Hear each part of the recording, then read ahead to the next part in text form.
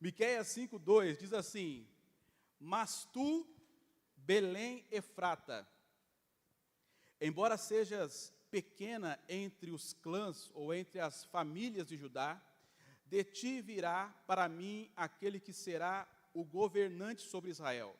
Suas origens estão no passado distante, em tempos antigos. Amém? Na história mundial, Jesus é, sem dúvida, o personagem mais influente. Estamos nem falando agora em teologia, nem falando agora em Bíblia, estamos falando na história mundial.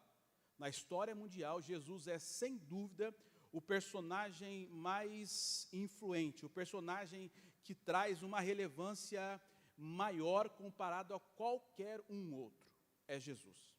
Tanto que Jesus marca a história. Você tem o antes de Cristo e depois de Cristo.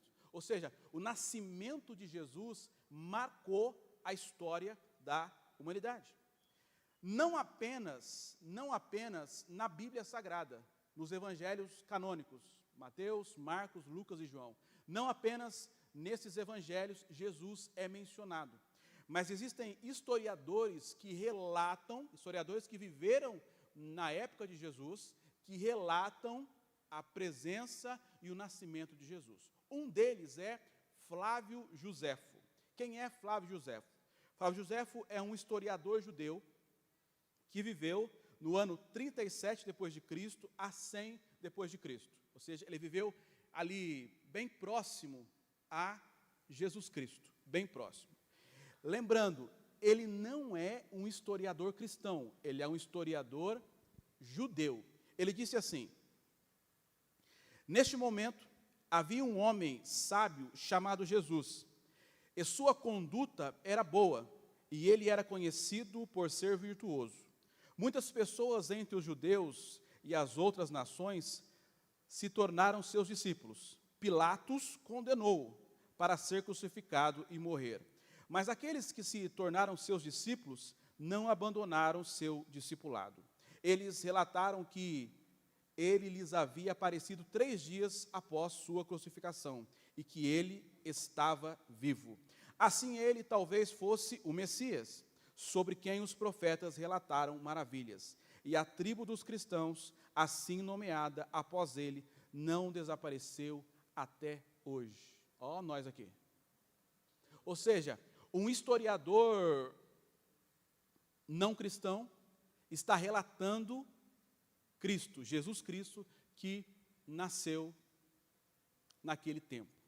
Ou seja, Jesus está sendo narrado, apresentado no texto sagrado, na Bíblia, e também nos escritos históricos. Está ali o nosso Senhor e Salvador, Jesus Cristo. Amém?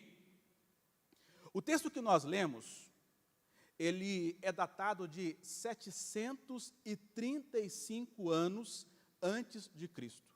Quando Miqueias, ele proferiu essa profecia, que ele declarou essa profecia, isso era 735 anos antes de Cristo. E a profecia dele apresenta para nós 2 aspectos do nascimento de Jesus. A profecia de Miqueias, que nós lemos, Miqueias 5, versículo 2, apresenta para nós 2 aspectos do nascimento de Jesus. O primeiro aspecto é o aspecto geográfico, Perceba que Miqueias é enfático em dizer o local exato do nascimento de Jesus. Ele diz: "E tu, Belém Efrata, de ti sairá aquele que será o governador de Israel." Ou seja, ele é claro, ele é específico, ele é exato no local onde Jesus Cristo vai nascer. Belém é um pequeno vilarejo. Belém é um pequeno vilarejo na Judéia. Efrata, fala assim, "E tu, Belém, Efrata." Efrata é como se fosse um distrito. Por exemplo, tem alguém na Zona Leste aqui? Zona Leste é distrito de Eugênio de Melo. Eugênio de Melo é um distrito, ok? E você tem vários bairros ali, você tem o Galo Branco, você tem o Itapuã, você tem o Rig, ou seja, o distrito de Eugênio de Melo, e ali dentro você tem vários bairros. Efrata é um distrito, e dentro desse distrito você tem vários bairros, várias pequenas vilarejos. E Belém era um vilarejo de Efrata, que era um distrito, ok? Para a gente entender melhor,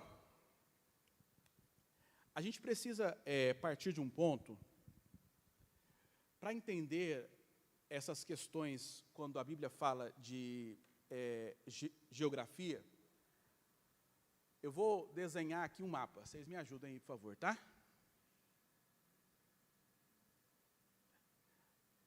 Mar Grande, ou Mar Mediterrâneo, certo? Mar Grande ou Mar Mediterrâneo.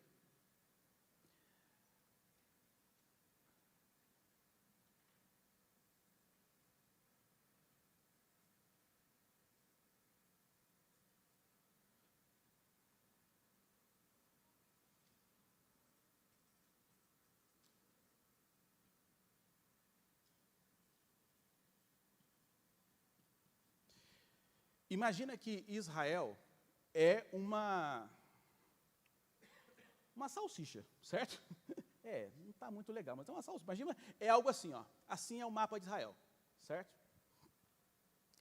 Israel é dividido, nos tempos de Jesus, em 3 regiões. 3 regiões.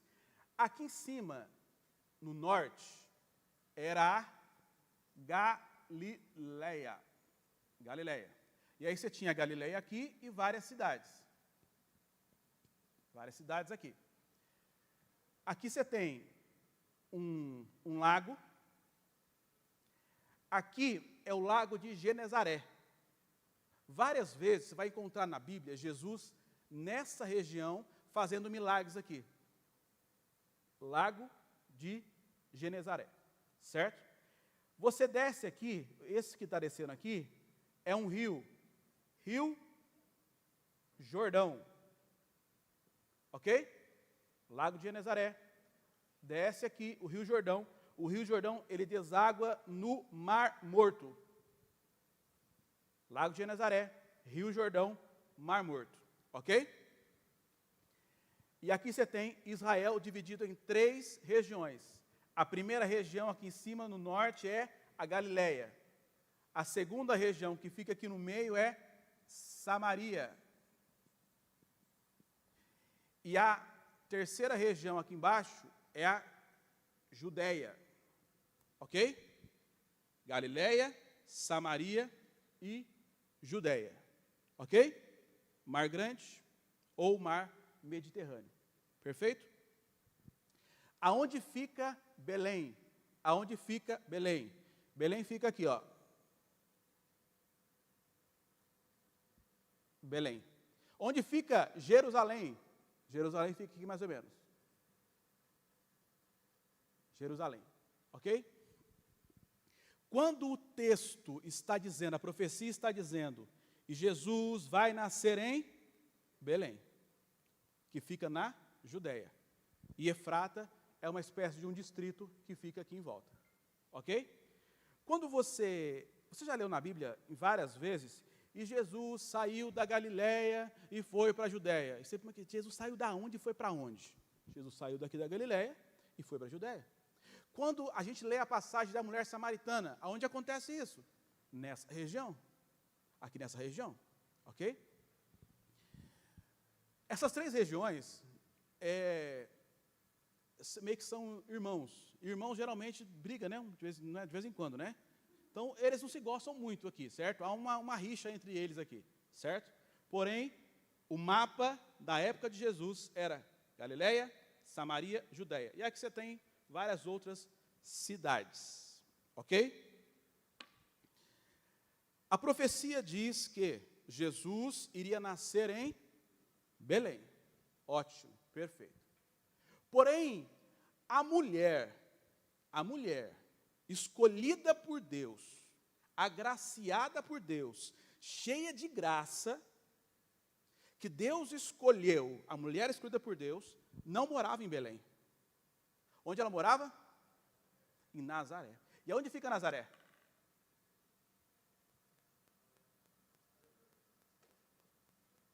Nazaré. Nazaré fica na Galileia. Nazaré fica na Galileia. A mulher, Maria, que Deus escolheu para trazer Jesus ao mundo, morava em Nazaré. Morava em Nazaré. Nós cristãos, protestantes, que somos, nós devemos,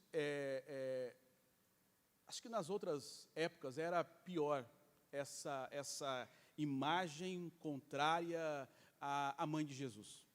Era pior. Hoje nós conseguimos lidar com isso de uma forma mais amigável. Mas se existe uma mulher que nós devemos admirar, é Maria. Ela é uma mulher admirável. Você tem noção disso? Deus olha para a terra, procura uma mulher, procura um ventre. Entre milhares que existia, Ele escolhe essa mulher. Ela tinha uma coisa diferente.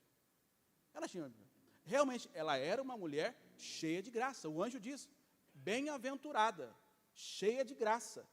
Ou seja, nós acreditamos que ela deve sim ser respeitada. Nós, enquanto cristãos protestantes, nós não acreditamos que ela deve ser adorada. Adoração somente à Santíssima Trindade. Deus Pai, Deus Filho e Deus Espírito Santo. Vamos ter uma aula sobre isso, Santíssima Trindade.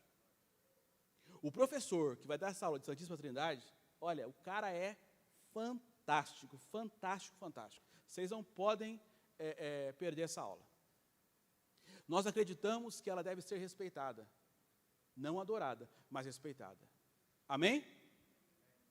Ela morava em Nazaré, mas a profecia diz que Jesus iria nascer em Belém. Em Belém. O que acontece agora?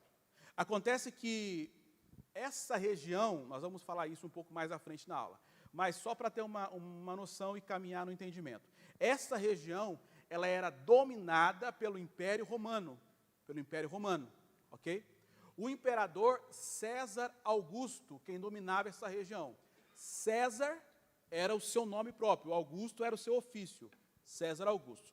Ele diz, olha, eu preciso, o meu caixa está baixo, o caixa aqui está baixo, eu preciso de mais dinheiro entrando aqui. Vamos fazer o seguinte, vamos fazer um recenseamento da galera, certo? Porque os impostos estão baixos, tem galera aí que não está pagando imposto, certo? Então eu preciso recensear, fazer um censo na galera aí, porque não estão pagando imposto. E aí o que acontece?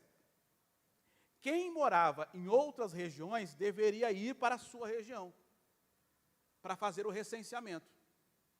Ok? E José, ele era de Judá, ele era dessa região, porque ele era da família de Davi, ele era dessa região. Então, ele viaja com Maria, de Nazaré, Maria grávida de Jesus, ele viaja de Nazaré para Belém.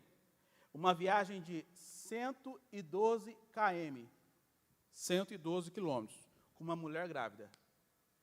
Num jumentinho, caminhando, vai. Assim foi a viagem de José, Maria, Jesus no ventre, de Nazaré até Belém. Ok? Para quê? Para quê, Felipe? Para que se cumprisse a profecia. Para que se cumprisse a profecia. Estando eles em Belém para o recadastramento, chega a hora do parto. E Jesus nasce na cidade de Belém, conforme narra Lucas capítulo 2, versículos 6 e 7. Para quê? Para cumprir a profecia de Malaquias, que ele iria nascer em... Malaquias não, gente. Miqueias. Que ele iria nascer em Belém. Faz uma viagenzinha para que se cumprisse a profecia. Amém até aqui? Tudo isso que eu estou falando tem, no lado tem os versículos, tá? Eu vou te mandar para você essa aula depois, você pode conferir, olhar, estudar mais profundamente cada versículo, cada texto que nós estamos abordando aqui. O segundo aspecto da profecia de Miqueias, o primeiro é o aspecto geográfico. Ele vai dizer exatamente onde Jesus vai nascer. O segundo aspecto da profecia de Miqueias, o que foi assim assustador para a época de Jesus, é o aspecto político. É o aspecto político. Porque ele diz assim, e Jesus vai governar. Ou seja, ele fala de governo, ele fala de reino. Então, na época de Jesus, você tem que pensar que eles estão sob o governo do Império Romano aqui. Então, ou seja, quando chega a senhora, vai vir um rei dos judeus. Peraí, como é que é o negócio aí? Vai vir um outro rei aqui e vai tirar o meu poder? Que história é essa? Então, essa parte da profecia de Miqueias é uma parte perigosa para o Império Romano que houve tudo isso.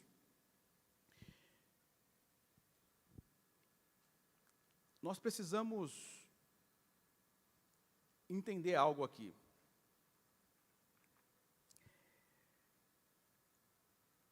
Para a gente compreender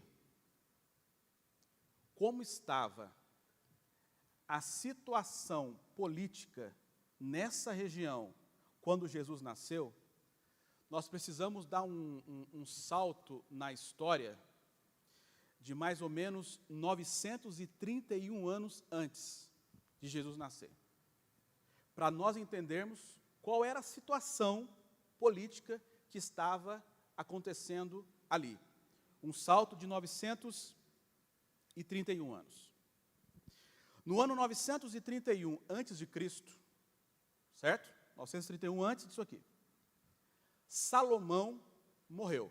O rei Salomão morreu. O rei Salomão morreu e logo após a sua morte, o seu filho assumiu o reino. Seu filho assumiu o reino. A população chega para o seu filho e fala assim, olha, o seu pai Salomão nos deixou assim uma carga de impostos de trabalho muito alta. Muito alta. Olha, facilita a nossa vida. Diminui um pouco os impostos. Olha, a gente está com um fardo de trabalho, diminui um pouco. Roboão, o filho de Salomão, que era o rei agora, ele chega para os anciãos e fala assim, olha, o povo está pedindo para eu abaixar o imposto, o povo está pedindo isso. Os anciãos falam assim, olha, faz isso. Se você fizer isso, você vai cair na graça do povo, esse povo vai estar contigo, faça isso. Ok. Ele sai dali e vai conversar com os jovens, os amiguinhos deles, e fala assim, olha, o povo está me pedindo para fazer isso. Os jovens falam assim, olha, não, fala assim para esse povo, olha, se o meu pai colocou um jugo sobre vocês, eu vou colocar um jugo ainda pior. Eu vou colocar um jugo ainda pior. E o filho de Salomão, o rei agora, ele segue o conselho dos amigos, certo? Segue o conselho dos amigos. E o que acontece no reino? Há uma divisão, há um racha no reino de Israel. 10 tribos para um lado e 2 tribos para o outro lado. Jeroboão aparece em cena e faz esse racha, essa divisão. Então, ficaria mais ou menos assim, ó. Imagina no tempo de que fez a divisão. 10 tribos e para cá 2 tribos. Conhecido aqui como o Reino do Norte e o Reino do Sul. Assim foi dividido Israel após a morte de Salomão. Foi essa divisão. O Reino do Norte, a capital era a cidade de Samaria. O Reino do Norte logo foi dizimado. Por quê? Todos os reis dessa região do Reino do Norte, todos os reis foram contrários ao Senhor. Todos os reis viraram as costas para Deus, não serviram a Deus. Então Deus, na sua infinita justiça, ele envia um rei, o rei da Assíria, um rei da Assíria.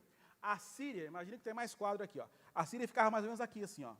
O rei da Síria vem e toma a capital Samaria, e agora ele toma toda essa região. essa região, o Reino do Norte, ela é dizimada e nunca mais, até os dias de hoje, nunca mais vai ter esse formato. Até hoje, essas 10 tribos estão espalhadas, não se sabe, não se conhece mais. Por quê? A tática de dominação dos assírios era diferente. O que eles faziam? Eles tomavam aqui esse povo, vinha aqui e conquistava essa região. Mas eles iam lá na Babilônia e conquistavam a região da Babilônia também, ok? Ele pegava um pouco do povo da Babilônia e colocava aqui, um pouco do povo aqui e colocava lá. Eles faziam uma miscigenação de pessoas. Ou seja, de modo que a cultura do indivíduo, ela ia se disseminando com o tempo. Por quê? Agora eu não sou mais judeu, eu sou judeu com babilônico. Peraí, então a minha cultura está passando, então eu perdi minha cultura. Então, o rei da Assíria, quando toma essa região, ele faz isso. Ele faz uma miscigenação de pessoas aqui. É por isso que, você leu, quando a gente lê na Bíblia que os judeus não passavam por Samaria, isso na época de Jesus, não passavam por aqui, porque os judeus não se davam com os samaritanos? Por quê? Porque os samaritanos eram essa miscigenação de pessoas. E eles não consideravam os samaritanos judeus. Por quê? Eles eram essa miscigenação de pessoas. Eles não são nossos irmãos, porque ele é judeu com babilônico, ele é judeu com assírio, ele é judeu com grego, então ele não é judeu como nós. Então é por isso que há essa rixa, por isso que há essa treta aqui, e os judeus eles não passavam aqui literalmente, eles saíam da Judéia e passavam aqui pelo Rio Jordão para ir para a Galiléia.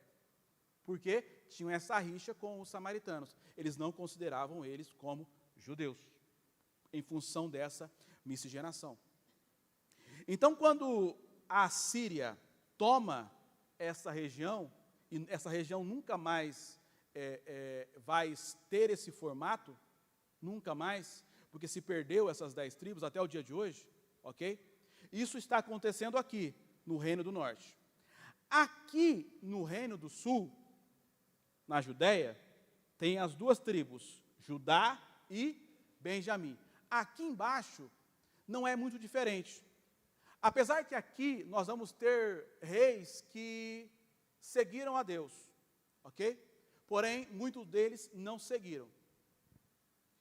Aqui embaixo, naquela época, o que acontece? Deus envia os babilônios. A Babilônia ficava mais ou menos nessa região aqui, ó. Deus envia os babilônios. Lembra do cativeiro de 70 anos? Ok? Deus envia os babilônios. Capturam aqui os irmãos, os hebreus, e levam para a Babilônia. Eles vão ficar cativos lá por 70 anos. Cativo babilônico por 70 anos. Isso acontece no ano 609 a.C. É a primeira de 3 deportações. Ok? A Babilônia chega, o rei da Babilônia chega aqui em Judá, faz a primeira deportação, leva um povo, isso no ano 609 a.C. Leva o primeiro povo, ele volta a segunda vez, pega mais um povo, ele volta a segunda vez, pega mais um povo. São 3 deportações que ele faz para levar o povo de volta para Babilônia, a fim de subjugá-los. Ok? Tudo bem até aqui? Alguém tem alguma dúvida até aqui? Se tem alguma dúvida, não pergunte, por favor, porque eu estou nervoso, não vou conseguir essa brincadeira. Brincadeira. Surge nesse momento da história que o Reino do Norte desapareceu, está miscigenado com outros povos. O Reino do Sul, Judá, está na Babilônia, ok? Surge um novo império, o Império Medo-Persa, o Império Medo-Persa. O Império Medo-Persa, ele surge no ano 537 a.C. E o imperador Ciro, o que ele faz? Lembra? O Império Medo-Persa, ele vem aqui na Babilônia, que ficava mais ou menos nessa região aqui, ele toma a Babilônia. Quem está na Babilônia? Os hebreus, estão aqui, como escravos, ok? Porque foram tomados de lá. Ciro fala assim, olha gente, pode voltar para sua terra, pode ir embora, eu libero vocês. Mas não só vou liberar, eu vou dar madeira, olha, pode ir lá. Podem voltar para a terra de vocês, vocês vão pagar impostos, ok? Todo mês, manda para cá ouro, manda prata para cá, paga nós aqui, todo mês, certo? Mas podem ir embora. Então, ocorre a primeira de 3 também, expedições da Babilônia, o povo voltando para Judá. É aqui que nasce o livro de Esdras, Neemias, certo? É esse cenário que está aparecendo aqui, o cenário do povo voltando da Babilônia para Judá. Por quê? Porque quem assumiu agora, vamos dizer assim, o império do mundo é Ciro. E Ciro libera o povo para voltar para suas terras. Olha, podem voltar, vocês pagam os impostos para mim e vai ficar tudo bem, obrigado, certo? O povo, os hebreus, voltaram para cá. Estão aqui agora, estão nas suas terras, reconstruindo as suas casas, reconstruindo o templo, estão aqui de volta agora. O tempo passa, o tempo passa. O tempo é uma benção, o tempo passa. E passou mesmo, ó, já está quase na hora do intervalo. Mas se eu segurar mais um pouquinho aqui, nem falei nada ainda, então segura mais um pouquinho aqui. O tempo passa. E surge no cenário mundial um novo império. Agora é aquele irmão lá, o grande, como é que é o nome dele? O grande, o Alexandre o Grande. Esse cara. O Império Grego. O Império Grego foi um dos maiores impérios que a humanidade já viu. Porque Alexandre o Grande foi o cara em conquistar terras. Conquistou inúmeras terras. E Alexandre o Grande, ele surge no cenário mundial. A Grécia ficava mais ou menos nessa região aqui, ó. E ele vem tomando o povo, ele vem tomando para si, e desce aqui, descendo, você já vai falar, desceu para o Egito fica mais ou menos aqui, indo para cá aqui. Ele toma toda essa região, O Império Grego, eles tinham um formato de dominação diferente dos outros povos, diferente. Eles diziam assim, olha, vocês podem ficar aí na terra de vocês, pode ficar. Vocês podem fazer o culto de vocês podem ir lá na sinagoga, sem problema, pode ir lá. Vocês podem, a cultura de vocês, usar o quipazinho aqui, fica à vontade, pode fazer tudo isso. Mas eles vão inserir nas sociedades que eles tomam, que eles conquistam, os gregos, o que nós conhecemos hoje como helenismo. Ó, questão de prova essa daí, hein? Vai cair no Enem, isso aí que vai cair, ó. A galera aí vai cair no Enem. Helenismo. O que é o helenismo? Helenismo é a inserção numa cultura, certo? Num povo, é a inserção da cultura grega. Ou seja, do pensamento grego, dos deuses gregos. Ou seja, eles vêm assim de uma forma avassaladora. Você pode ir no seu culto lá, mas volta para cá e você vai adorar o meu Deus aqui, o meu Deus grego. Você pode ir lá no seu culto, mas tem um negócio seguinte, olha, mas você vai ter o meu pensamento, aquilo que a minha cartilha prega. Então, a minha língua, tanto que o grego foi a língua oficial. Foi a língua oficial por muitos anos. Por quê? Em função do helenismo. Ele vem de uma forma assim, avassaladora, e implementa a cultura grega, a língua grega, o modo de pensar grego, as inserções dos deuses gregos nos povos conquistados pelo Império Grego. Ou seja, você pode continuar, mas você tem a minha cartilha aqui para você rezar a partir de agora, certo? Tem a minha cartilhinha aqui. Por volta do ano 333, a.C., o Império Grego chega nas terras de Israel. Ele chega aqui, no ano 333 a.C. Alexandre o Grande chega nessa região. E vai começar uma guerra, no sentido, uma guerra ideológica. Porque os judeus vão buscar resistir ao máximo, manter a sua cultura, manter o Shabat, manter o templo, manter tudo aquilo. Porque os gregos estão vindo assim, de uma forma avassaladora. Olha, tem que ter no templo, meu Deus, tem que ter no templo a imagem, tem que ter aqui. Então eles estão vindo de uma forma muito violenta. E os judeus estão ali tentando, não, eu preciso manter a minha cultura, eu preciso manter. A ponto que muitos judeus se entregam aos gregos. No sentido de, okay, é para fazer isso? Ok, eu vou fazer. Ok, eu vou fazer, tranquilo. Então, é esse o cenário que vai acontecer nesse momento. Mas o que acontece é que com 33 anos de idade, Alexandre o Grande morreu cedo, morreu novo, coitado, 33 anos de idade, morreu novo, né? Tem alguém com 33 aqui? Cuidado, né, irmão? Estou brincando, estou brincando, queridos. Ele morreu, mas ele deixou um império gigantesco, um vasto império. Esse império foi dividido pelos seus 4 generais. O império de Alexandre o Grande foi dividido pelos seus 4 generais, ok? Especificamente, nessa região da Palestina, essa daqui, quem assumiu essa região foi o general Seleuco. O general Seleuco, que era um dos generais de Alexandre o Grande. Ele quem assumiu esta região. E começou então o Império Seleucida, que perdurou nessa região por 200 anos. Ou seja, por 200 anos, Seleuco, depois vieram outros imperadores, obviamente, dominaram essa região, impondo a sua cultura, impondo a sua língua, impondo os seus deuses, até que um dia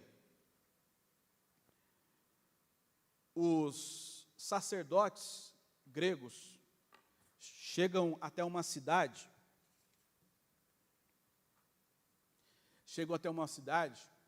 e fala para um sacerdote hebreu, olha, sacrifica esse animal para o Deus grego. Ele vai lá sacrificar. Mas um outro sacerdote se levanta, o irmão Macabeu, certo? Matatia, se levanta e fala assim, não, ele mata o sacerdote, e era um velhinho, hein? Ele mata o sacerdote que iria fazer o sacrifício e mata o oficial grego que veio ali para fazer. Ele mata os dois. E começa então uma revolução. A revolução dos Macabeus, o que nós celebramos aqui, a festa de Hanukkah, muito bem, que é a festa das luzes. Começa uma revolução. Lembra que está tudo tomado aqui? Jerusalém está tomado pelos gregos. O imperador grego na região, ele chega ao cúmulo, ao ponto de sacrificar no templo um porco, um animal imundo para os judeus. Então, isso chega num nível assim completamente absurdo. E os macabeus, eles vêm conquistando terras, expulsando os sacerdotes gregos da cidade, eles vêm, até que eles chegam em Jerusalém. E retomam Jerusalém. E expulsam de Jerusalém os gregos que aqui estavam. Expulsam, retomam de volta o templo e reconsagram o templo ao Senhor. É onde eles vão colocar lá, pegar o azeite, só tem um pouquinho, e o azeite vai durar por dias, até fazer um novo, e a festa de Hanukkah, que nós celebramos, ok? Dá então, a família dos Macabeus começa a governar essa região, a região de Judá. O reino dos Macabeus aqui vai ter aproximadamente 100 anos. Então, sai um, entra outro. Então, os Macabeus vão governar aqui por aproximadamente 100 anos. Mas eles se corrompem também.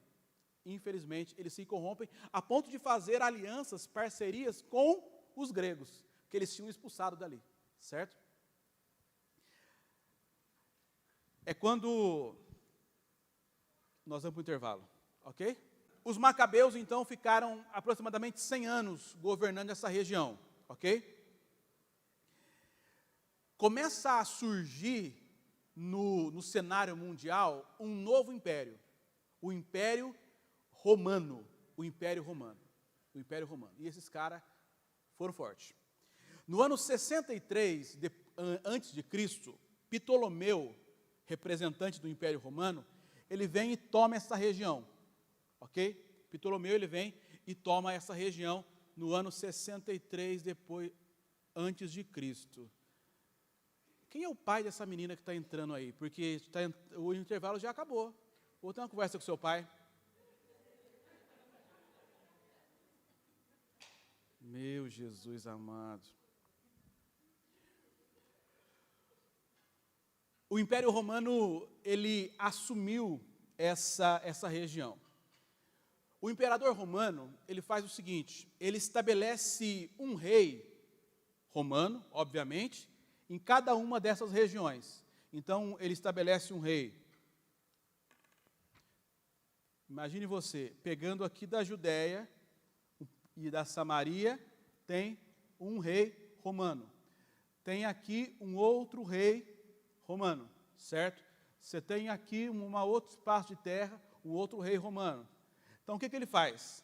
O imperador fica lá em Roma, certo? O imperador romano, ele toma esse espaço de terra. Ele fala assim, ó, eu vou estabelecer aqui agora, esse fulaninho aqui, você é o rei desse povo todo aqui agora. Você vai cobrar os impostos, pegar toda essa grana e mandar para mim, ok? É assim que ele faz. Perfeito? Algo importante que surge, e aí nós já estamos chegando próximo ao nascimento de Jesus. Porque Jesus nasce quando o Império Romano está dominando essa região. Então já está ali próximo ao nascimento de Jesus. Uma coisa que está acontecendo aqui, quando o Império Romano está dominando essa região, é o surgimento de algumas seitas judaicas. Ou seja, alguns partidos políticos / religiosos judaicos. Esses partidos e seitas judaicas,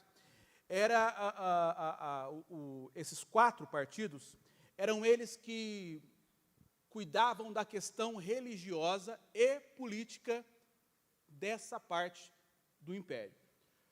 A primeira seita que eu quero falar é os fariseus. Já leram na Bíblia os fariseus? E Jesus esculachou os fariseus? Os fariseus. Quem eram os fariseus?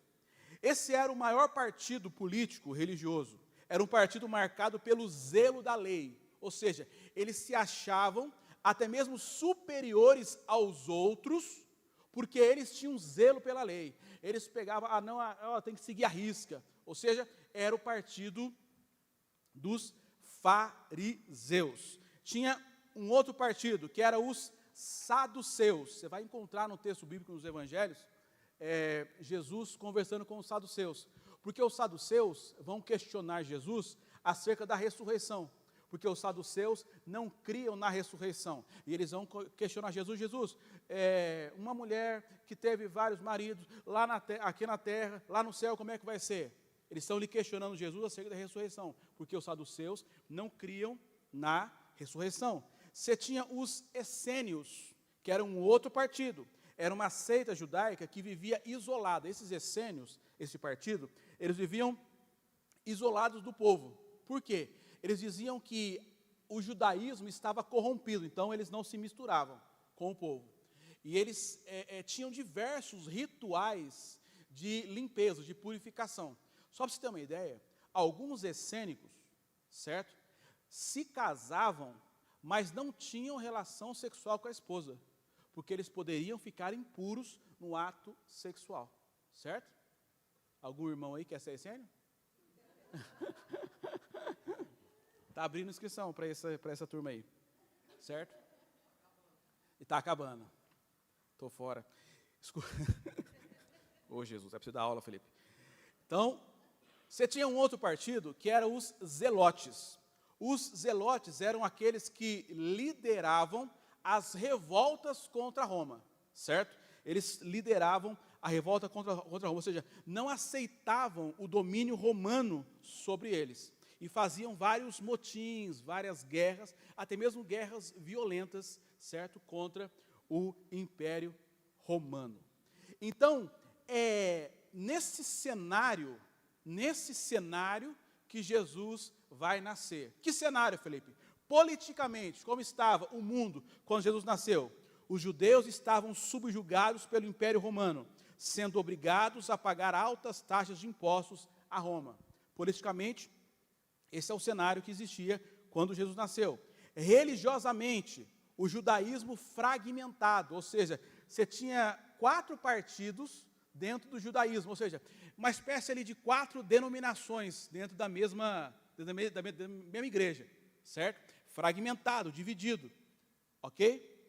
Você tinha também o paganismo. Por quê? Lembra do helenismo, da cultura grega que chegou aqui? Ou seja, os deuses gregos, quando Jesus nasceu, eles ainda estavam aqui. Então você tinha ainda uma cultura pagã, contrária à Torá, contrária ao que Deus dizia. Então esse era o cenário que existia quando Jesus nasceu. Culturalmente, o helenismo, a cultura grega permanece forte na sociedade onde Jesus nasceu.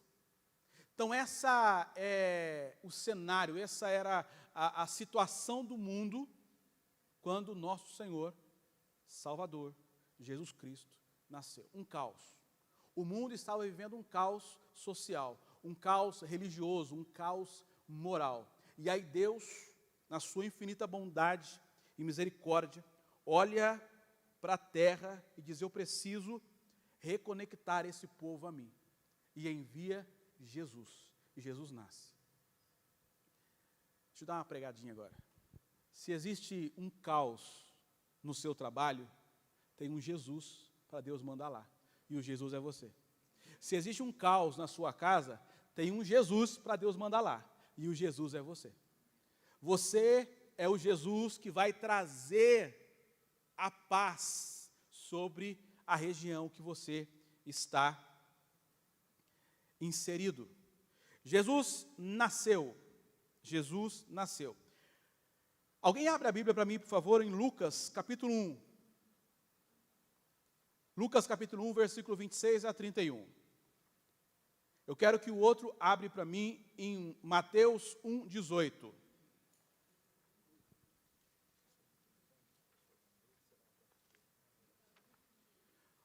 Alguém abre para mim Lucas 1, 26 a 31.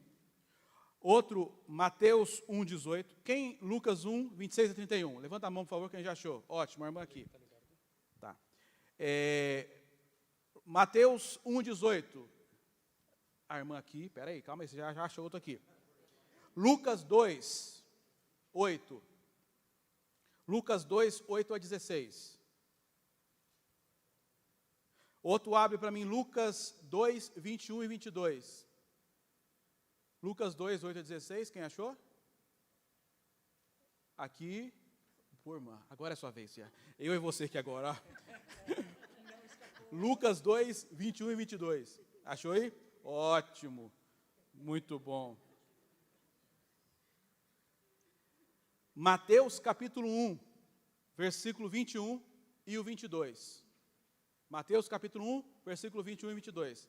A irmã Yane aqui, só até aqui agora, perfeito? Lucas capítulo 1, 26 a 31. Leia, por favor.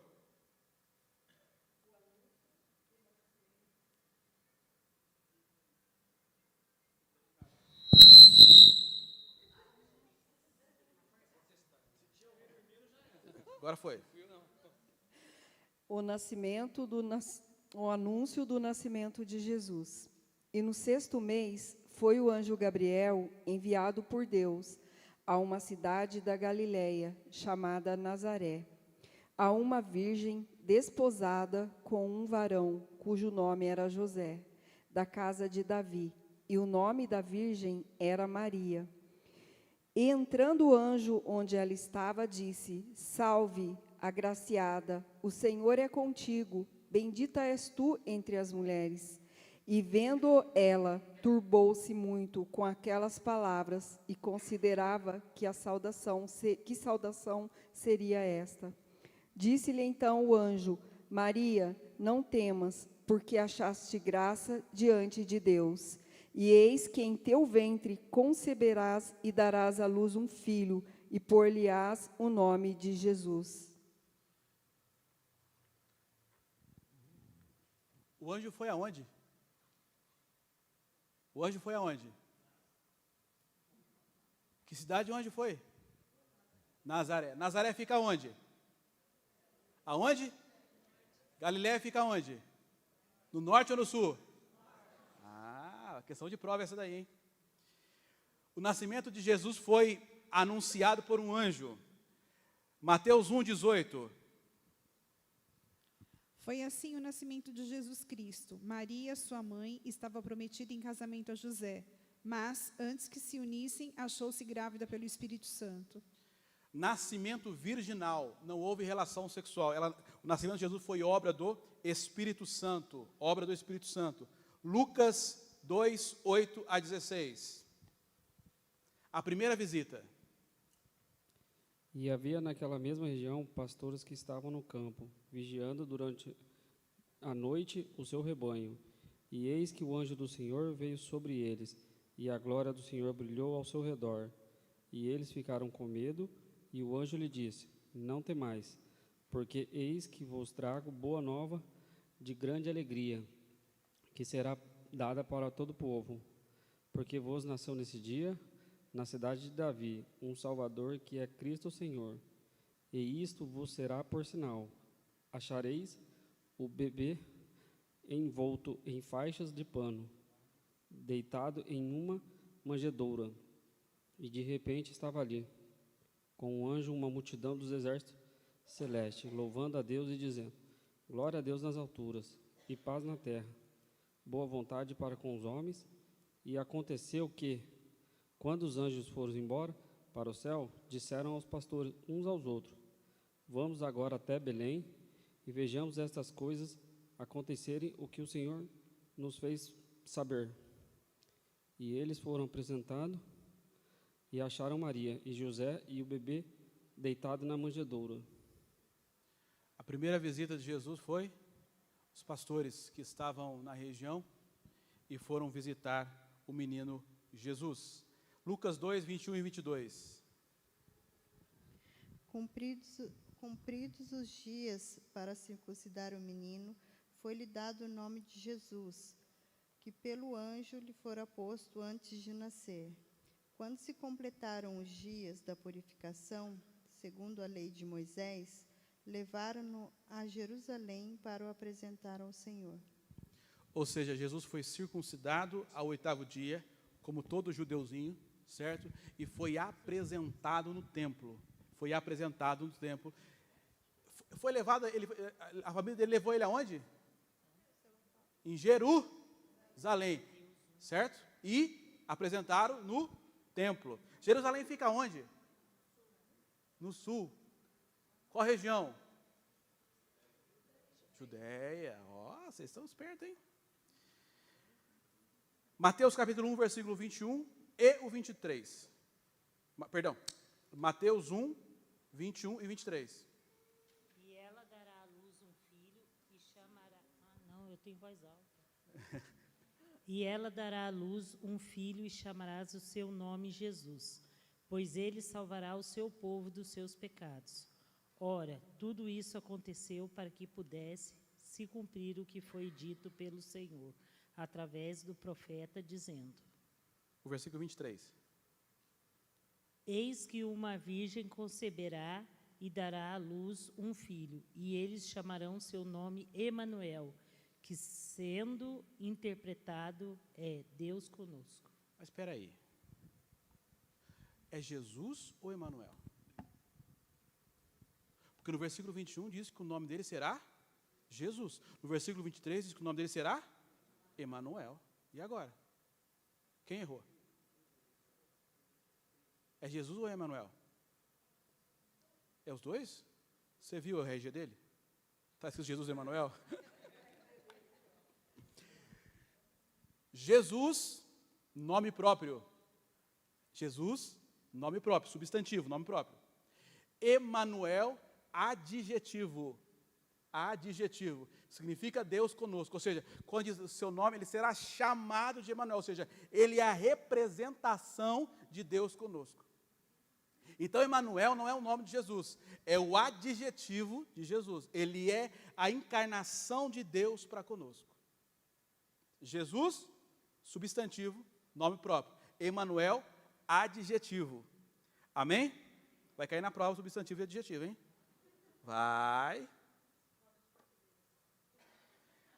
Outra questão importante sobre o nome de Jesus. Jesus Cristo. Jesus Cristo. Muito bem. Jesus, como eu já disse, é o nome próprio. Cristo é o ofício. Cristo é o ofício, pois significa Messias. Cristo é a tradução grega da palavra Messias. Então, o nome de Jesus como é? Jesus. Mas qual é o ofício? Eu posso falar Jesus Cristo? Claro que pode, porque o Cristo é o ofício dele, ele é o Messias, o ungido, enviado por Deus para resgatar e redimir a humanidade. Jesus é o substantivo, Cristo, ofício. Muito bem. Não, não é um sobrenome. É um adjetivo. Por exemplo, se eu dizer assim,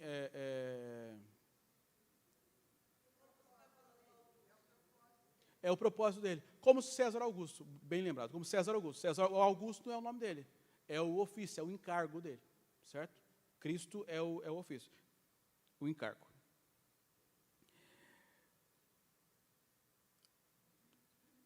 Não eram três, nem era reis. Não eram três e não era reis. Abre a sua Bíblia aí. Mateus capítulo 2. Esse nós não vamos ler, não, eu só vou falar. O texto diz que Jesus recebeu a visita de alguns magos que vieram do Oriente. Magos. O texto em nenhum evangelho diz que eram três, nenhum evangelho diz que eles eram reis. Não eram três e não eram reis.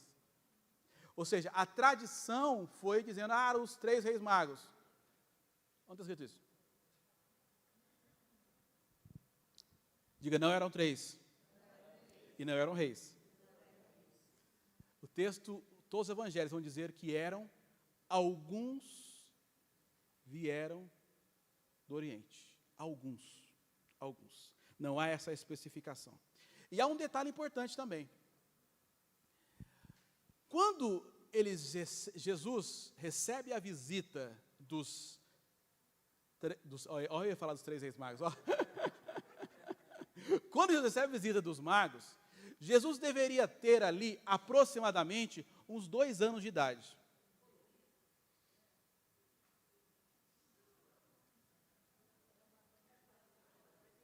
Quando Jesus recebe a visita dos magos, ele deveria ter ali aproximadamente 2 anos de idade. Não é assim como os pastores que vão visitar Jesus quando ele é um bebê enrolado na manjedoura. Não. Jesus tem ali aproximadamente 2 anos de idade. Isso é uma das razões que faz o governador mandar matar as crianças e matar de 2 anos para baixo. Porque era aproximadamente a idade que Jesus deveria ter naquela ocasião. Há vários estudos e relatos bíblicos que apontam isso. Amém? Oi? Com 2 anos recém-nascido? 2 anos a criança já está fazendo muita bagunça já, filha. Eu tenho 3, eu sei como é que é, com 2 anos? Recém-nascido?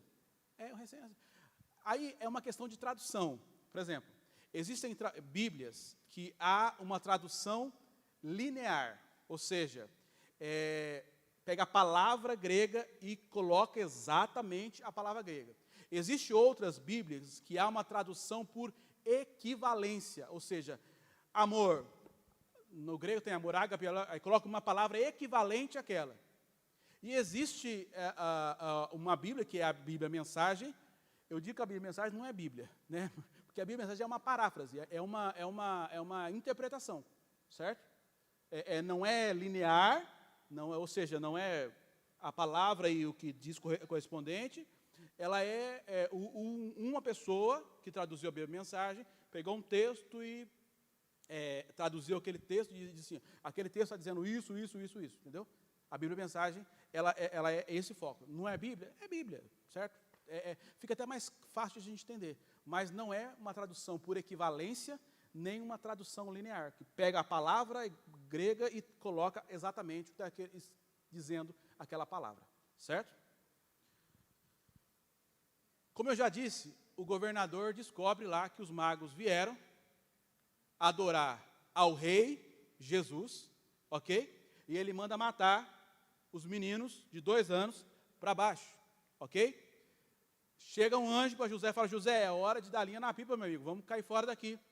Eles saem daqui de Belém e eles vão para o Egito, eles descem. Então, o Egito fica mais nessa direção aqui, ó. Eles descem para cá, para o Egito, ok? Fica lá um tempo. O anjo diz, olha, passado-se um tempo, o anjo diz, olha, é hora de voltar, porque já morreu aquele que queria matar vocês. Bora, pode voltar, porque ele já está morto. Aqui há um detalhe. Jesus, Maria e José estão voltando do Egito, certo? Quem está governando aqui a Judéia é um filho, certo? Daquele que queria matar eles. Então, eles não voltam aqui para Belém, eles voltam para Nazaré. Eles voltam para Nazaré. E é aqui em Nazaré que Jesus vai passar a sua infância, a sua adolescência. É aqui em Nazaré. É aqui na cidade de Nazaré. Ok? Não há muito relato bíblico sobre a infância de Jesus. Não há. O que nós entendemos pelo relato bíblico é que todos os anos, a família de Jesus, como bons judeus, saíam de Nazaré e vinham para Jerusalém para celebrar as festas. Ok? É basicamente o que fala. Lembra do episódio que eles perdem Jesus no templo, aquela história toda? Por quê? Eles saíram de Nazaré e vieram para Jerusalém para celebrar a festa do Senhor. Ok? O ministério de Jesus. Então, acerca da infância de Jesus, não há muito, o texto bíblico não apresenta muitos detalhes. Ok? O ministério de Jesus. O ministério de Jesus inicia com o batismo.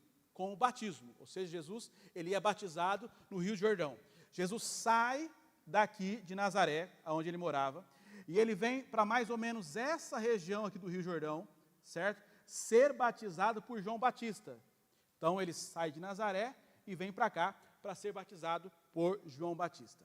O batismo de Jesus, ele é algo para nos deixar exemplo. Por quê? João batizava para arrependimento de pecado. E Jesus não tinha pecado. Jesus não tinha pecado. Pedro vai dizer que não havia culpa nenhuma nele. 1 Pedro 2:22.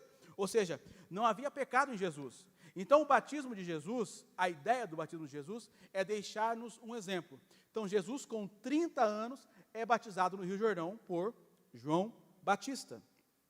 É quando o Espírito Santo desce, uma forma corpórea, de uma pomba, e ouve-se a voz do Pai, dizendo, este é o meu Filho amado, em quem eu tenho prazer, em quem eu me comprazo, em quem eu tenho alegria, ok?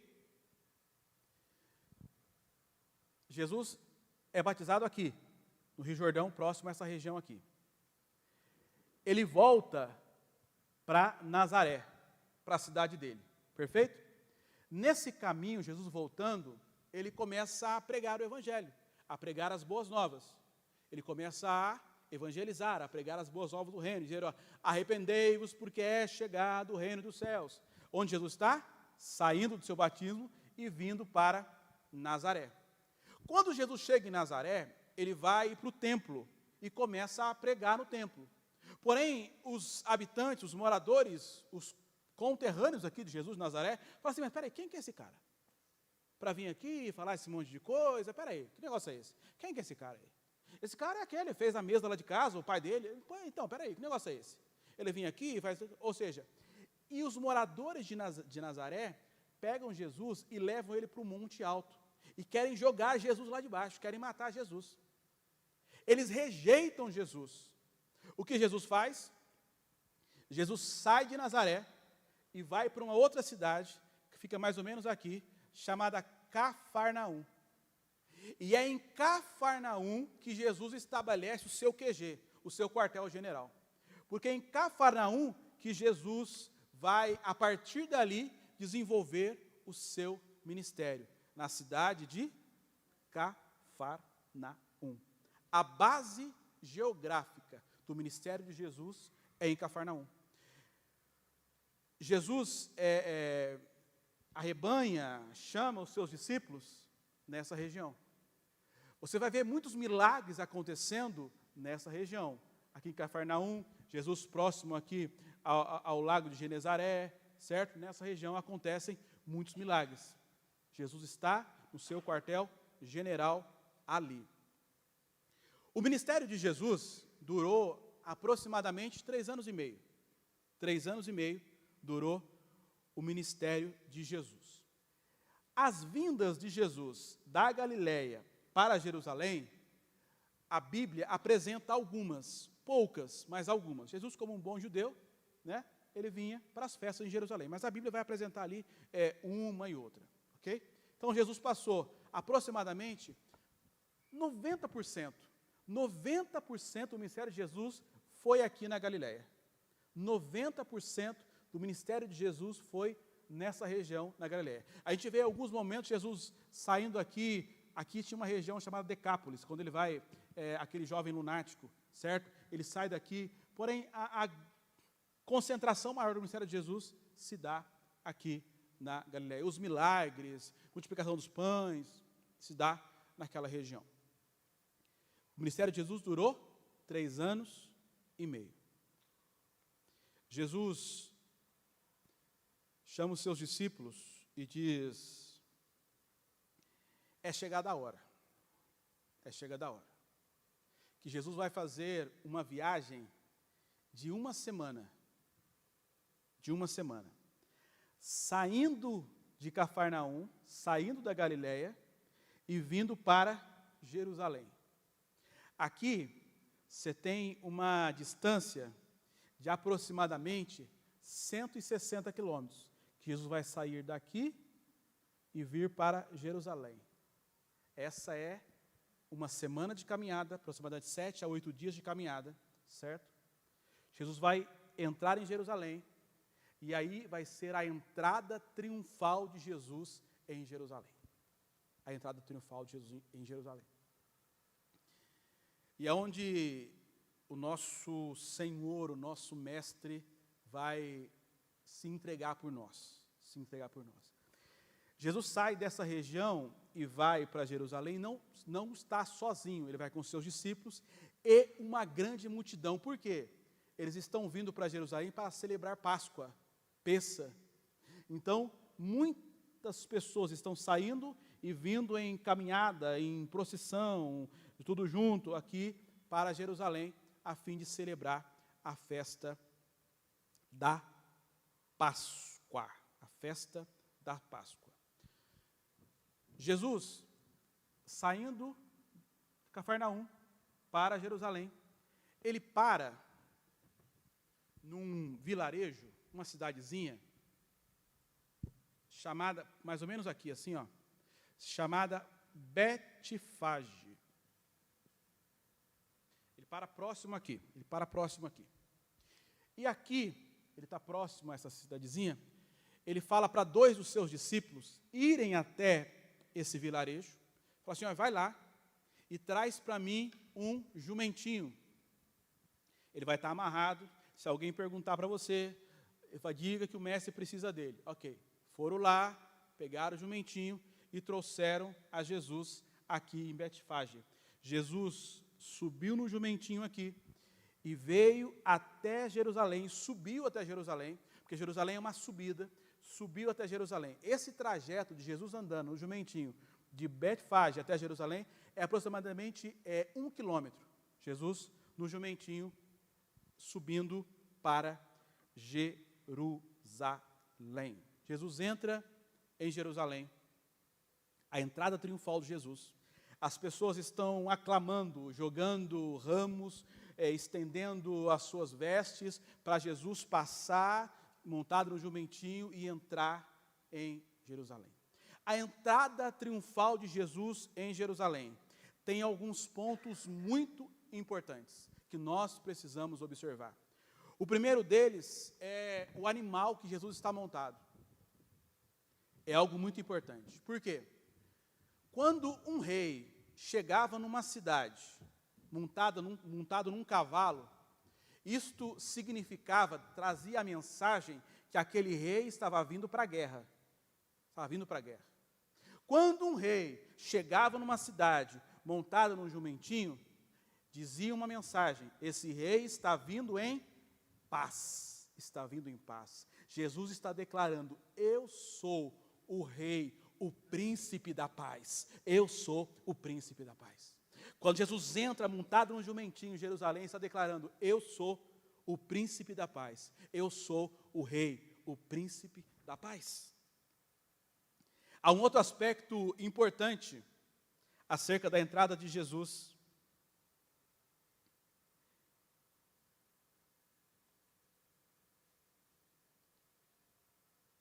Em Jerusalém.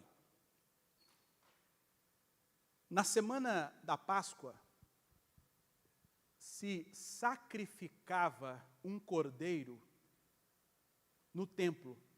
Eles estavam vindo aqui na semana da Páscoa, lembra? Nessa semana, se sacrificava um cordeiro. Esse cordeiro, os historiadores declaram isso, esse cordeiro, ele era buscado em Betfage. Eles vinham nesse vilarejo, que tinha uma criação de cordeiros, buscava o melhor cordeiro, perfeito, e traziam para Jerusalém, levavam no templo para sacrificar. Jesus veio da onde? De Betfage. Para quê? Porque Jesus é o nosso cordeiro pascal, aquele que de uma vez por todas fez o sacrifício para remir o meu e o seu pecado. Ele é o sacrifício perfeito. De uma vez por toda, pagou toda a conta. Amém? Dá para dar uma glória a Deus por isso? Isso. Há um outro aspecto importante. Jesus entra em Jerusalém, de acordo com Ezequiel capítulo 44, Jesus entra em Jerusalém na porta dourada. Porta dourada. Porta dourada. Essa porta hoje em Israel existe, está lá, ela está fechada. Tem uma muralha, ela está fechada, essa porta está fechada. E foi construído, por um outro povo, um cemitério próximo a essa porta. Porque diz a profecia, né, porque eles não sabem que a profecia já se cumpriu, que Jesus iria entrar por essa porta.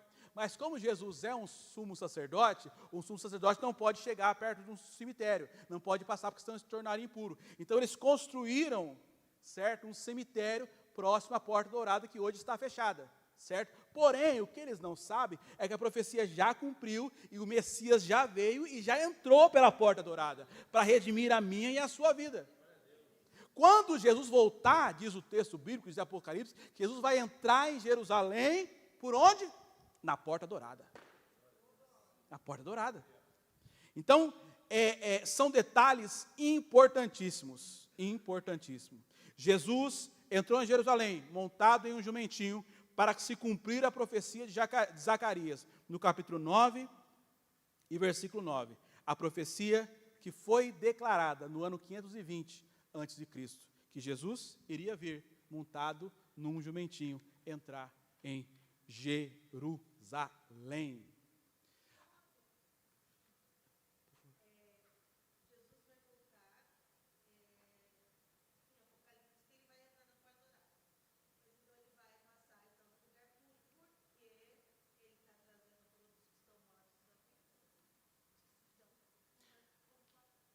Nós vamos ter uma aula de escatologia, certo? E aí nós vamos dar esses maiores detalhes para a irmã, tá bom?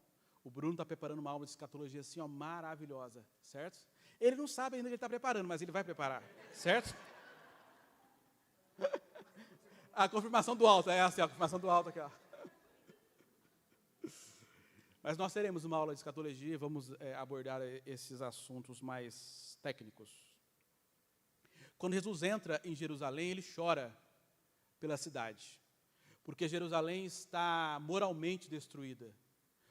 Os sacerdotes do templo são sacerdotes comprados pelo Império Romano.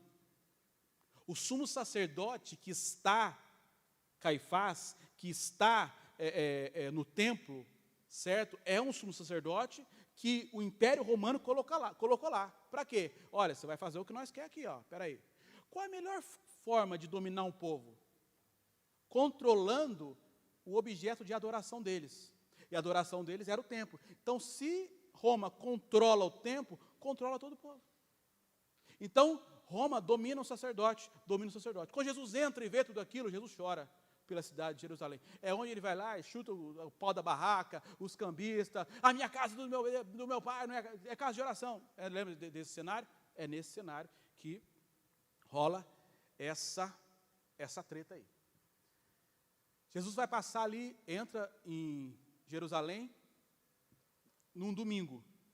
Vai passar ali uma semana, até a sexta-feira, onde ele vai ser crucificado.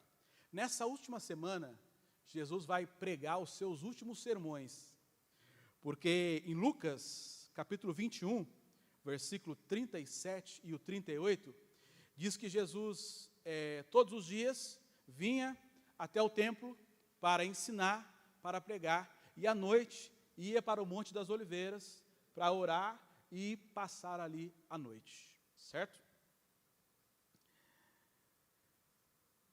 Jesus envia 2 dos seus discípulos, diz assim a eles: olha, a festa da Páscoa está chegando, vão preparar o lugar para nós celebrarmos a festa. Então, o que acontece? Eles vão, preparam, acham um lugar, o cenáculo. O que é o cenáculo? O cenáculo nada mais é do que o piso superior de uma casa, um salão de festa, nada mais é do que isso. Esse é o cenáculo, certo? Um piso superior de uma casa, uma espécie de um salão. Eles vão lá, preparam o jantar de Páscoa, prepara o jantar e celebram a Páscoa. Celebram a ceia. Jesus acaba o jantar, Jesus sai e vai orar. Vai para o jardim do Getsêmani para orar. Chama ali 3 dos seus discípulos que vão com ele. Jesus se afasta um pouco deles, vai orar. É a ocasião que os 3 dormem, não aguentam orar com Jesus. Nesse momento, chega Judas, dá um beijo em Jesus, o beijo que estava significando, simbolizando que era esse que podia ir lá e prender. Eles então o que fazem? Pegam Jesus, prendem Jesus. Eles prendem Jesus e levam Jesus para a casa de Caifás, o sumo sacerdote. Ok? Na casa de Caifás, Jesus passa a noite ali. No outro dia, pela manhã, Jesus é levado para o Sinédrio, ou seja, para 70 sacerdotes e o sumo sacerdote que iriam julgar Jesus. Ok? O Sinédrio condena Jesus, digo, você está condenado. O Sinédrio condena Jesus. E leva Jesus agora, os sacerdotes, judeus e os sacerdotes, leva Jesus agora para Pilatos. Pilatos era o governador romano. Pilatos fala assim: olha, gente, eu não tenho nada para acusar esse rapaz, esse homem não tem nada, eu vou libertar ele, não tem nada para acusá-lo. Então Pilatos, ele fala assim: não, ele é lá da Galileia, está aqui, tumultuando o povo, tal. Então, ele é da onde? Pilatos fala: da Galileia. Então, peraí, a jurisdição para julgar ele não é minha, é de Herodes, que é o rei aqui da Galileia. Eu sou rei da Judéia, Pilatos. Lá tem um outro rei, que é Herodes, certo? Perfeito. Calhou que Herodes estava na região. Herodes estava aqui, era rei de lá, mas ele estava aqui na região. Então, Pilatos pega Jesus e manda para Herodes, que estava aqui na região. Herodes zomba de Jesus, coloca em Jesus uma roupa de nobreza, de realeza, e zomba dele, e peraí, você não é o rei, e tal, e manda Jesus de volta para Pilatos. Fala, Pilatos, olha, resolve essa treta aí você. Pilatos então reúne todos os sacerdotes, os líderes judeus, o sumo sacerdote, reúne o povo e diz assim, olha, eu vou libertar esse homem, porque eu não vejo acusação nenhuma nele. Eu vou libertar esse homem, porque não há nada que me faça prender, condenar esse homem.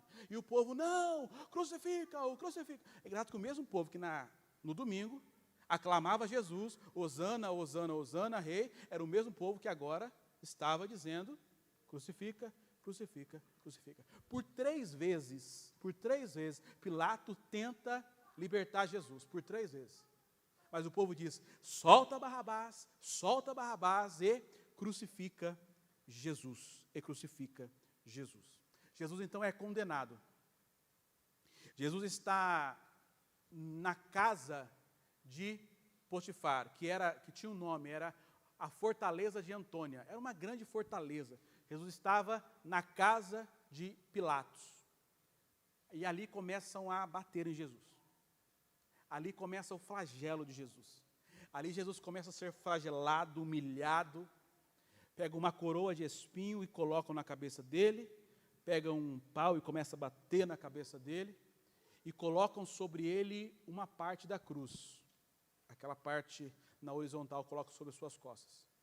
E ele vai sair agora da casa de Pilatos e vai caminhar cerca de 600 metros, passando pelas ruas de Jerusalém. Nesse trajeto, ele é humilhado, ele é xingado, ele é cuspido, batem nele, e ele vai até o Gólgota, para morrer pelo meu pecado e pelo seu pecado.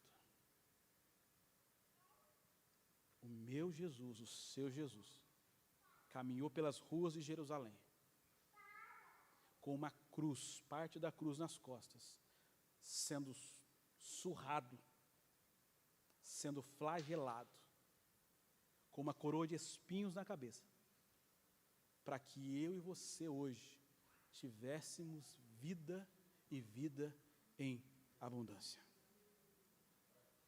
Jesus foi colocado na cruz às 9 horas da manhã, entregou o seu espírito, deu seu último suspiro, às 15 horas de uma sexta-feira, para se cumprir a profecia de Zacarias, no capítulo 12, versículo 10. Nenhum dos seus ossos, nenhum do seu osso foi quebrado.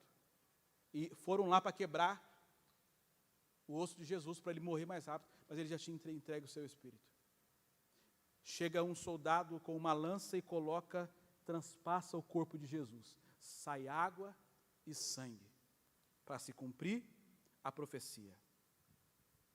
Jesus foi crucificado com uma placa, isso aqui é muito lindo, com uma placa sobre a sua cabeça escrito, Jesus Nazareno, Rei dos Judeus. Mas há um detalhe, isso foi escrito nas 3 principais línguas, o latim, o grego e o aramaico. Para quê? Todos vão saber que Jesus é o Rei dos Judeus. Eles achavam que estavam zombando de Jesus, achavam que era uma zombaria, mas não. O mundo espiritual está vendo nas 3 principais línguas. Lá está o Rei dos Judeus. Lá está o Rei dos Judeus. Lá está. Colocaram Jesus numa sepultura, José de Arimateia. Vai falar com Pilatos. Pilatos, me libera o corpo de Jesus para eu sepultar. José de Arimateia era um dos sinédrios, era um sumo sacerdote, servia Jesus escondido, porque tinha medo da galera, mas nessa hora ele se apresentou. Ele pega o corpo de Jesus e coloca Jesus numa sepultura, numa rocha esculpida. Coloca Jesus, o seu corpo, em uma sepultura. Lá está Jesus. Jesus entrou na sepultura numa sexta-feira, porque eles tinham que andar rápido porque estava chegando o Shabat. Então tinha que acelerar o processo do sepultamento. Colocaram Jesus, seu corpo, na sepultura de José de Arimateia, numa sexta-feira. Passa-se o Shabat.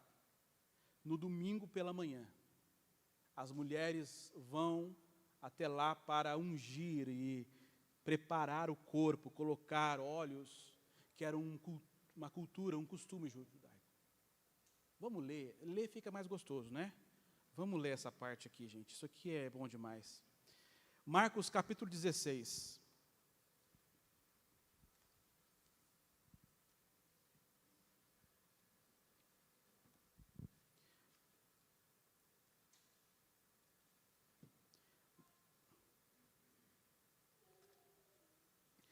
Marcos 16,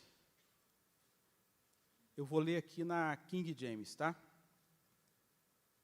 Diz assim: ao encerrar-se o sábado, Maria Madalena, Salomé e Maria, mãe de Tiago, compraram especiarias aromáticas para ungir o corpo de Jesus. Ao raiar do primeiro dia da semana, elas caminharam até o sepulcro e questionavam umas às outras: quem poderá remover para nós a grande pedra que fecha a entrada do sepulcro? Contudo, ao se aproximarem do local, viram que aquela enorme pedra havia sido removida da entrada. E entrando no sepulcro, viram um jovem vestido de túnica branca, assentado à direita, e ficaram muito assustadas. Não vos amedronteis, disse ele. Vós buscais a Jesus, o Nazareno, que morreu na cruz, pois ele ressuscitou. Não está aqui, vede o lugar onde o havia depositado. Ele ressuscitou. O meu Senhor, o seu Senhor, no terceiro dia, ele ressuscitou. Ele ressuscitou e ele está vivo. Ele ressuscitou e ele está vivo. Jesus, após ressuscitar, ele passa 40 dias na terra, até subir aos céus. Nesses 40 dias, a Bíblia apresenta 10 aparições de Jesus aqui na terra. E Jesus, em Lucas, capítulo 24, versículo do 44 ao 53, ele ascende, ele sobe ao céu. Fique em pé, por favor. Quando João vai escrever o Evangelho, ele coloca um detalhe importante que os outros não colocam, que Mateus, Marcos e Lucas não colocaram. João diz que Jesus, eles dizem que eles vão e entrar no sepulcro, era uma caverna, eles veem na caverna os tecidos, o pano que estava enrolado em Jesus. E João diz assim, tinha um lenço dobrado em cima da pedra onde o corpo de Jesus estava. Isso é fantástico. Isso é fantástico. Porque se você conhece a cultura judaica de um amo e do seu senhor, você vai entender a mensagem que Jesus estava declarando ao deixar um lenço dobrado. Um servo não poderia tocar na mesa enquanto o seu senhor estivesse comendo. O servo vinha, arrumava a mesa do direitinho e tal, e saía. Ele não podia tocar na mesa enquanto o seu senhor está comendo, enquanto o seu amo está comendo. Se o seu amo pegasse um lenço, amassasse o lenço e deixasse sobre a mesa, e jogasse sobre a mesa, ele estava dizendo, ele estava passando a mensagem, olha, eu já acabei de comer, você pode vir retirar os utensílios. Se o amo se levantasse da mesa, e ao levantar da mesa, deixasse um lenço dobrado em cima da mesa, o amo estava dizendo, eu vou, mas eu volto. Eu vou, mas eu volto. Quando Jesus deixa um lenço dobrado no sepulcro, ele está dizendo, eu vou, mas eu volto. O meu Senhor, o seu Senhor, vai voltar. Ele vai voltar. Ele foi, mas ele vai voltar. Jesus fez tudo isso, desde o seu nascimento, num clima mundial horrível, terrível. Nasceu, viveu, cumpriu seu ministério, ele fez tudo isso. por mim e por você. Para que eu e você estivéssemos vida nele, para nos reconectar com ele, para pagar o escrito de dívida que tinha contra mim. Eu era devedor. Tinha uma dívida que o inferno poderia vir em mim: Felipe, você pecou, você errou, eu preciso que você pague essa dívida. Mas Jesus, na cruz do Calvário, pagou a minha dívida e a sua. Como eu tenho que me relacionar com isso agora? Sabendo o que Jesus fez por mim. Como eu tenho que me relacionar com isso agora, sabendo que Jesus, que era Deus, saiu do céu, despojou da sua glória, desceu a essa terra. Como eu me relaciono com isso? Eu preciso amar esse Jesus. Eu preciso amar esse Jesus. Eu preciso servir esse Jesus de todo o meu coração, com uma entrega sobrenatural. Eu quero que em pouquíssimos minutos, que aquele relógio está errado, mas em pouquíssimos minutos, eu quero que você feche os seus olhos. Você vai agora se declarar para Jesus. Você entendeu o que Ele fez por você. E você não pode sair desse lugar só com a letra. Você já entendeu, mas agora isso precisa descer o seu coração. E você entender e declarar que você o ama, e declarar que você quer viver para Ele, declarar que você quer e precisa viver para Ele, é tudo por Ele, é para Ele, não é mais por você, não é mais o que você quer, não é mais as suas vontades, mas é para Ele. Escolhestes para ti, por moedas de prata te vendi. Mesmo assim se entregou por mim, Redentor. Teu amor me libertou de mim, e agora vivo enfim, Redentor. Teu amor me libertou de mim, e agora vivo enfim.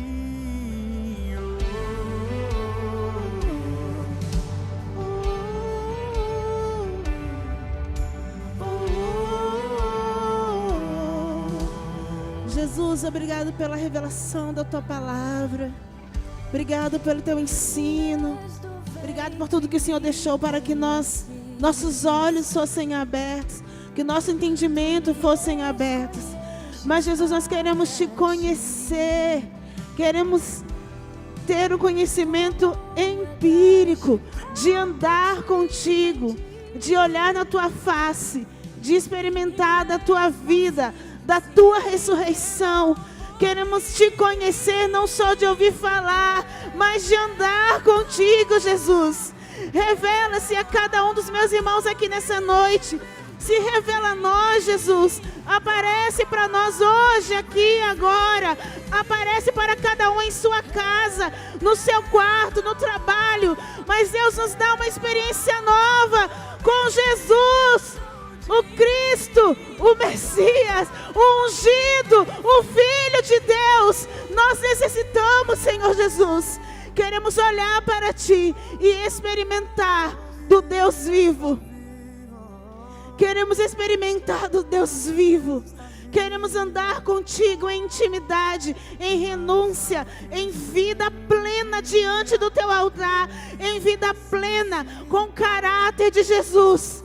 Estampa o Teu caráter em nós e aumenta em nós a fome e a sede de Ti, a fome e a sede de Te conhecer.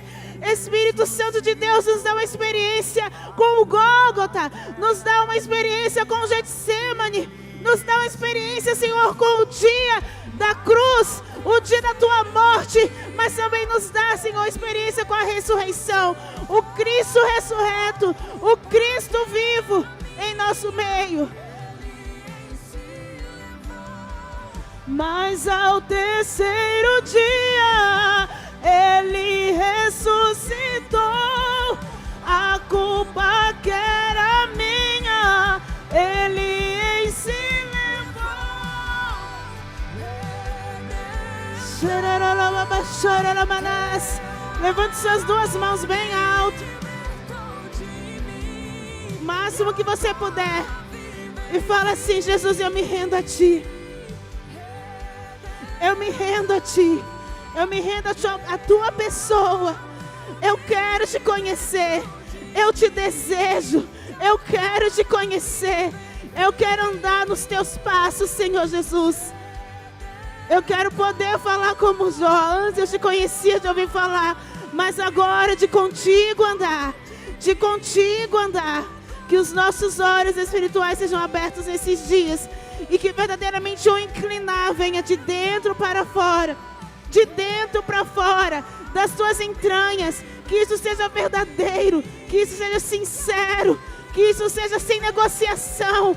Sem vida dupla. Mas uma vida completamente rendida aos pés do nosso Deus. E nosso único Deus. Aleluia.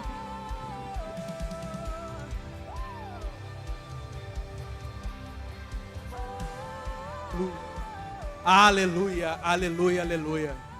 Que você viva os próximos dias experimentando uma paixão ainda mais por Jesus.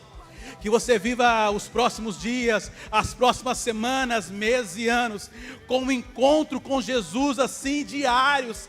Você experimentar dele, você ter experiências sobrenaturais com Jesus. Que você seja hoje batizado com o amor por Jesus. Põe a mão no seu coração e diga: Jesus, eu decido hoje, a cada dia, aumentar, intensificar o meu amor por Ti. Jesus, eu deixo para trás uma vida medíocre contigo. Eu deixo para trás, porque o Senhor fez muito por mim. E eu quero viver uma vida para Te amar. Eu quero ver uma vida para Te amar. Eu quero viver para Te amar, Jesus. Eu quero viver para Te amar, Jesus. Eu quero viver para Te amar, Jesus. Aplauda Jesus, aplauda Jesus. Aleluia! Nós Te amamos, Senhor, nós Te amamos. Nós Te amamos. Nós Te amamos. Que você perca o sono, que você perca a fome, que você perca para ter intimidade com Ele. Para ter tempo com Ele. Amém?